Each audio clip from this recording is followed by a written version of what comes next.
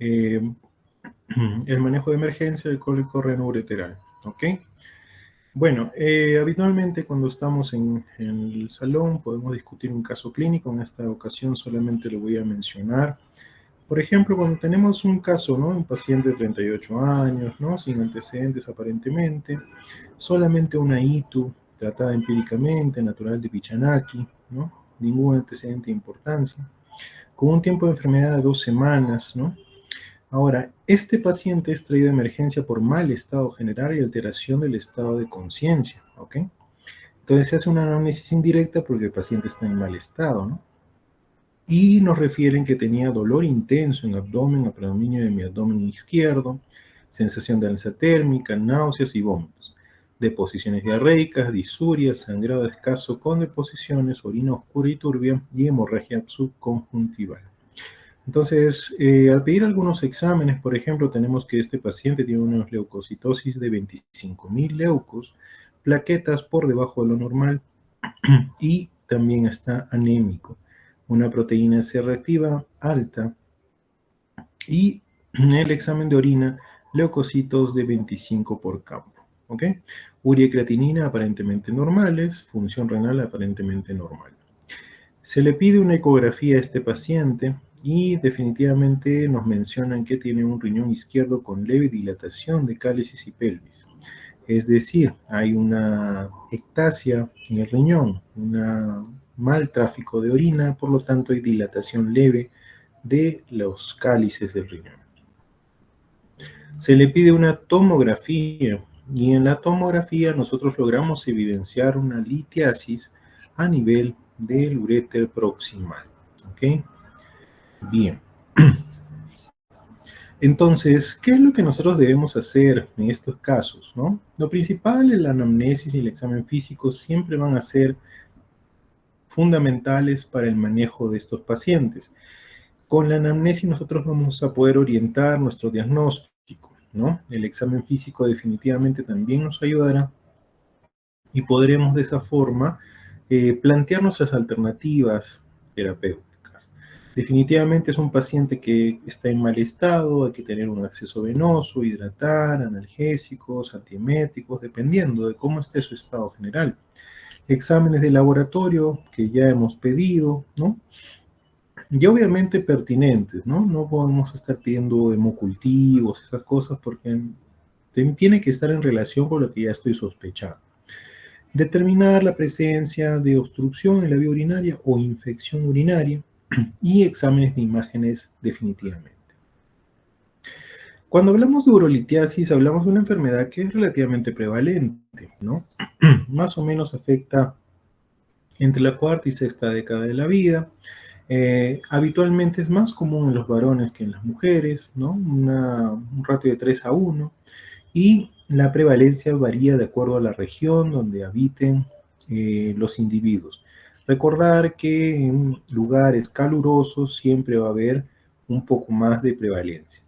La raza, por ejemplo, en la raza blanca o caucásica es mayor que, que los hispanos y mayor que en los asiáticos, ¿ok? La prevalencia de esta enfermedad.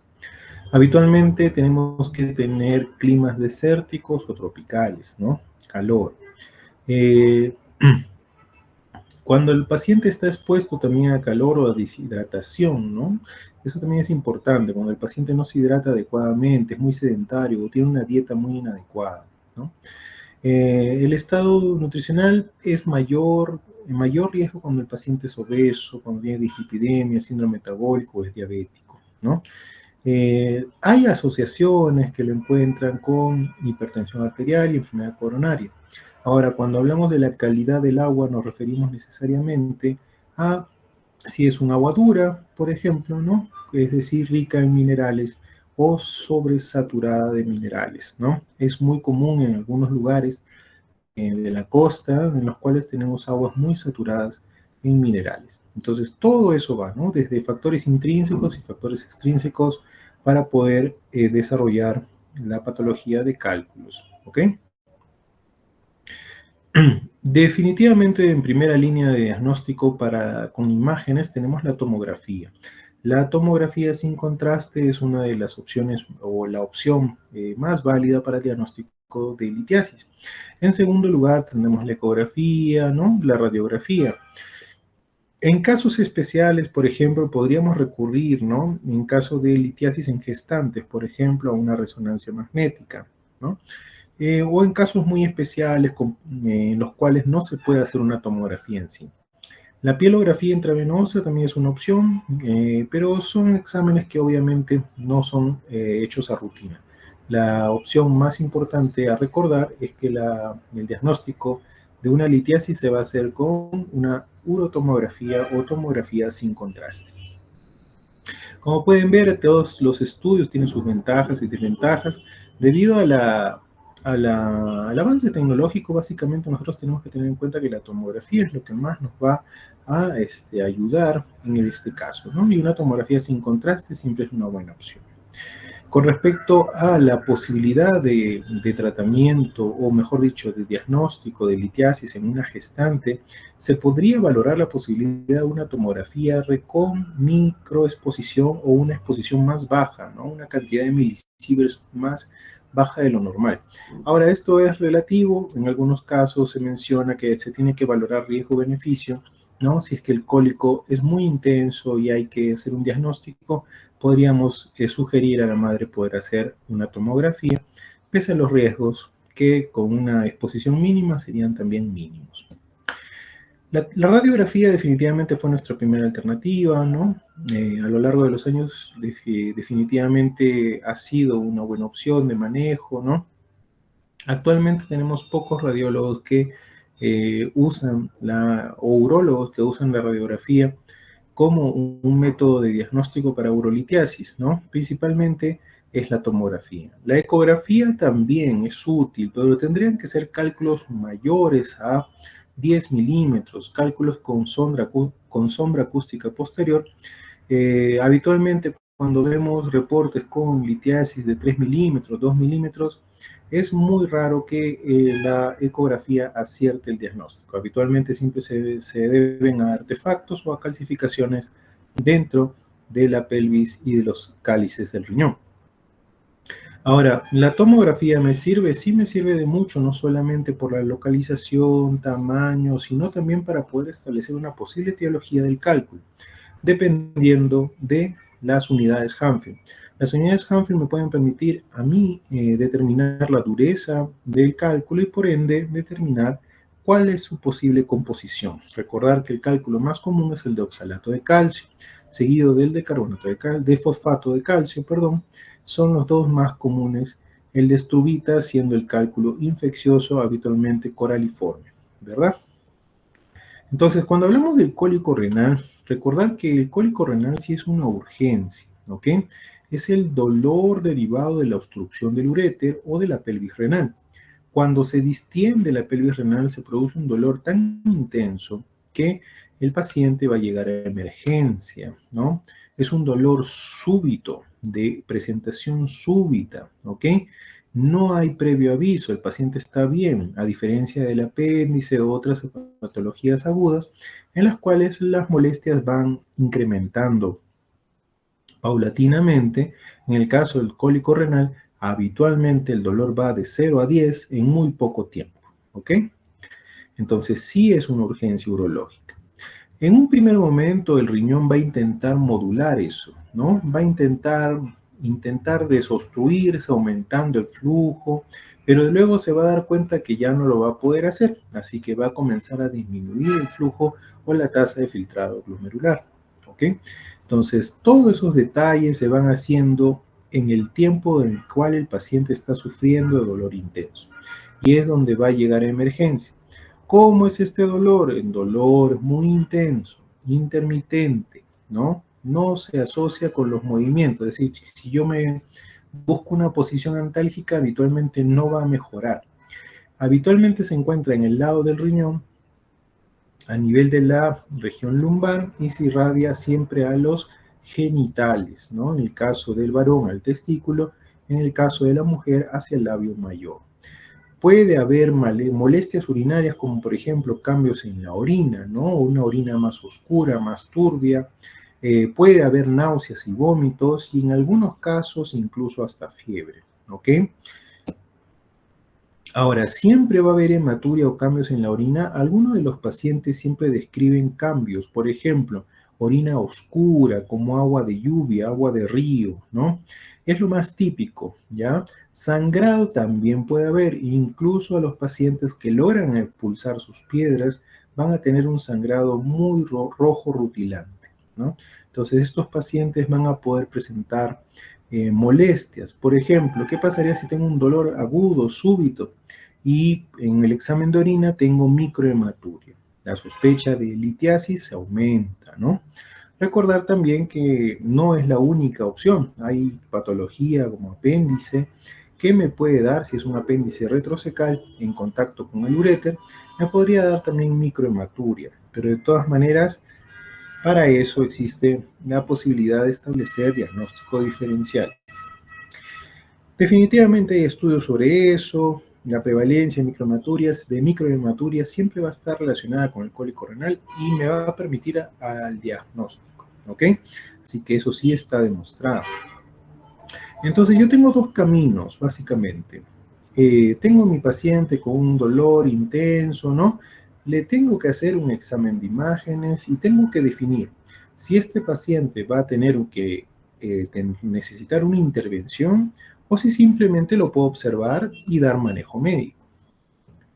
Entonces, ¿qué es lo principal del algoritmo del control del cólico renal? Definitivamente el control del dolor, ¿ok? Entonces, la piedra angular del tratamiento es la terapia analgésica. A la cabeza, siempre, siempre, siempre los AINES, ¿ok? AINES a la cabeza, los analgésicos no esteroideos, ¿ok?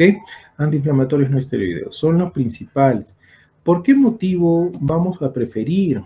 Hay varios estudios que incluso eh, comparado, por ejemplo, ¿no? El uso de morfina, paracetamol y diclofenaco en el caso de estos pacientes. Vamos a tener una reducción de mayor al 50% en ambos casos, ¿no? Pero usamos los AINES, ¿por qué? Porque los AINES inhiben la síntesis de prostaglandinas. Al inhibir la síntesis de prostaglandinas, se previene la vasodilatación de la arteria aferente. Si yo prevengo la vasodilatación, la apertura de la arteria eferente del glomérulo, lo que voy a causar es una disminución del flujo sanguíneo renal. Y por lo tanto, si no entra mucha sangre al glomérulo, no voy a filtrar tanta sangre, no voy a producir tanta orina y por lo tanto disminuye la presión pélvica. ¿Me entienden? Entonces, en esos casos, AINES siempre va a estar a la cabeza. Recordemos que podemos usar AINES pues, potentes, ¿no? Ketoprofeno, ketorolaco, dexketoprofeno, idealmente. Siempre AINES es bueno, depende. Podemos usar, ¿ya? Recuerden que idealmente lo indicado son AINES, pero podemos usar en algunos casos opioides, sí. Podemos usar en algunos pacientes, por ejemplo, que tengan contraindicación del uso de AINES, en los cuales pues no están con una insuficiencia renal, lamentablemente no nos permite el uso de AINES, alergia a AINES, etcétera. Entonces, eso es importante de recordar. Opioides es una buena opción. En algunos casos se puede usar petidina, ¿no? En algunos casos se puede usar incluso hasta morfina, pero depende. ¿Por qué? Porque en algunos estudios se ha evidenciado que los opioides, aparte de que me dan más náuseas, podrían agravar el dolor a posterior. Es decir, es una mejoría momentánea nada más.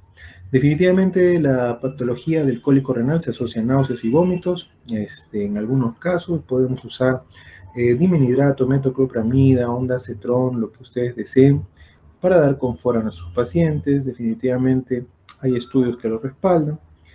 Y si es que, por ejemplo, voy a decidir por optar por una terapia de manejo médico en el cual mi cálculo es menor a 8 milímetros en el uréter, y sobre todo si está en el uréter distal, en el tercio distal, podría usar la terapia médica expulsiva, que consiste en la combinación de un alfa block, idealmente tamsulosina, con analgesia.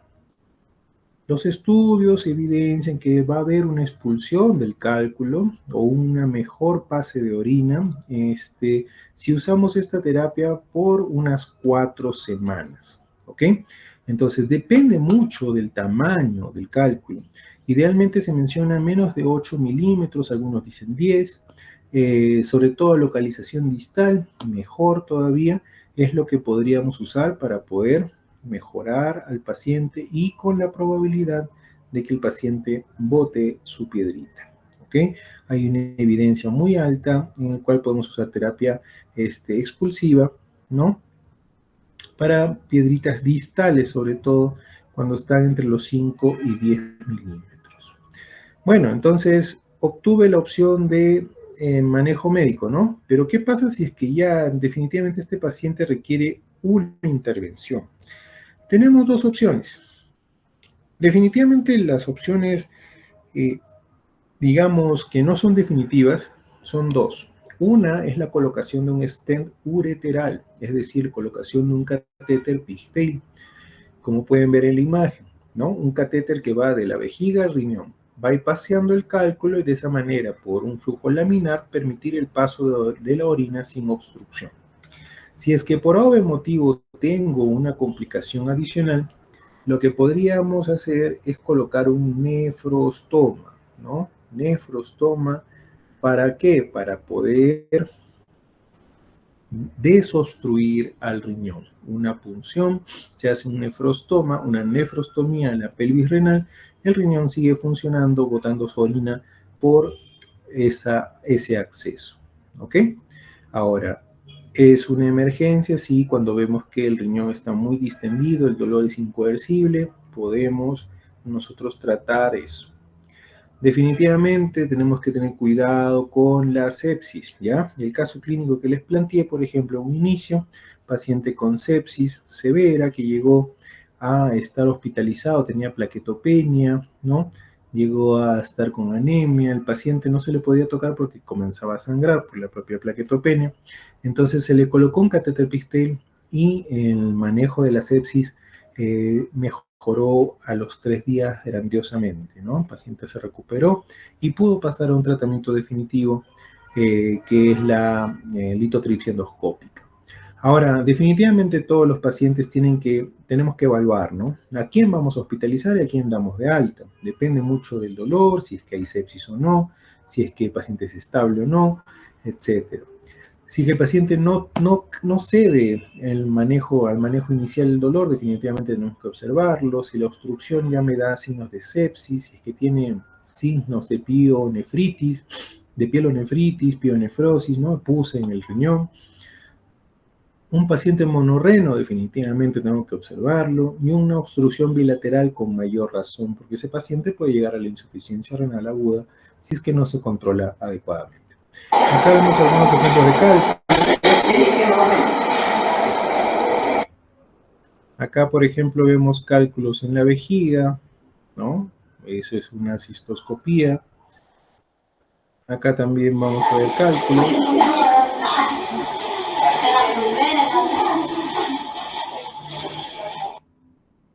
Los cálculos, por ejemplo, en este caso en el riñón izquierdo de gran tamaño, ¿no?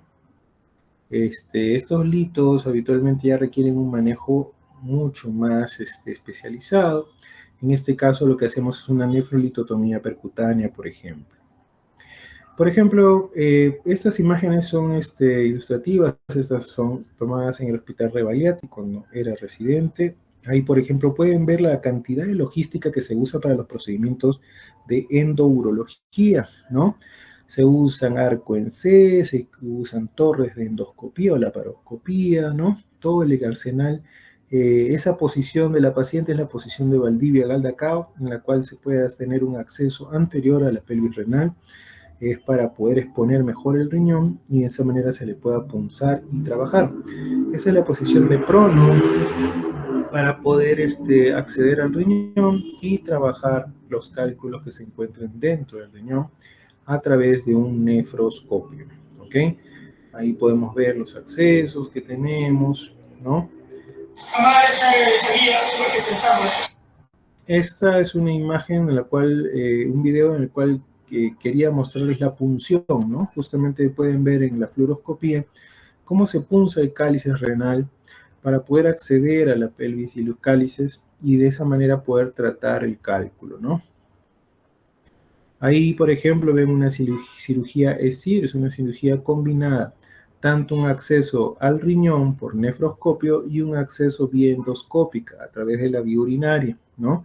Con un ureterorenoscopio flexible.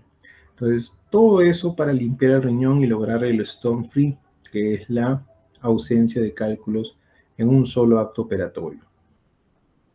Los equipos que usábamos en el ureterorenoscopio flexible, por ejemplo, ¿no? Que se puede ver ahí. Y acá para que vean un poco del manejo del cálculo, ¿no? Habitualmente ahora ya usamos láser, pero por ejemplo también hay opciones para usar el litotriptor neumático, que es como una especie de martillo, ¿no? Que lo que hace es eliminar la piedra. Hay piedras que son muy duras y muy grandes, sorprenden la verdad, pero el trabajo es tratar de pulverizarlo, fragmentarlo y poder extraerlo por el mejor acceso posible. ¿Ok? Bien, eso es lo que les quería mostrar de la urgencia del cólico renal. Les agradezco por su tiempo. Eso sería todo, ¿ya?